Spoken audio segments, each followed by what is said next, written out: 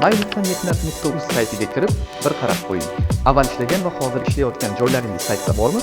Bo'lsa yaxshi, agar bo'lmasa, demak avvalgi ishxonangiz sizni yagona milliy mehnat tizimiga kiritmagan.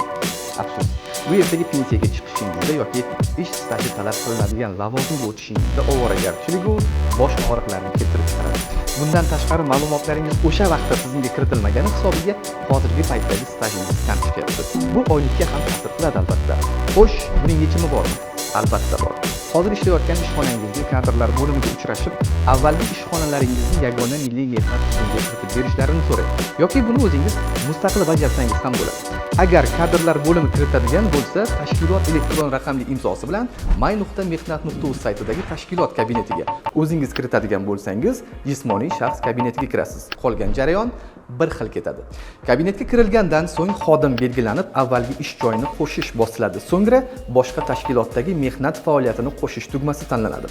Ochilgan oynaning 4-qatoriga kiritilayotgan avvalgi ishxona stiri yoziladi.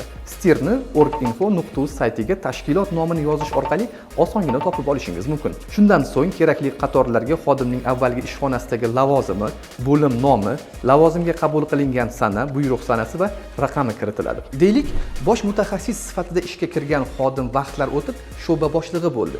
Demak, ushbu lavozimni ham kiritish kerak. Buning uchun ma'lumotlarni qo'shish tugmasi bosiladi va oynaning 1-qatoridan boshqa ishga o'tkazish yozuvi tanlanadi. Qolgan qatorlar esa xuddi yuqoridagi kabi to'ldiriladi. Endi xodimning ishdan bo'shaganini kiritamiz. Buning uchun yana ma'lumotlarni qo'shish tugmasi bosiladi. Oynaning 1-qatoridan ishdan bo'shatish yozuvi tanlanadi. So'ngra ishdan bo'shagan sana, buyruq sanasi va raqami kiritilib, saqlash tugmasi bosiladi. Shundan so'ng ekranning pastki qismida avvalgi ish joyi paydo bo'ladi. Stajni tasdiqlash va tasdiqlashga yuborish tugmasi orqali jarayon yakunlanadi.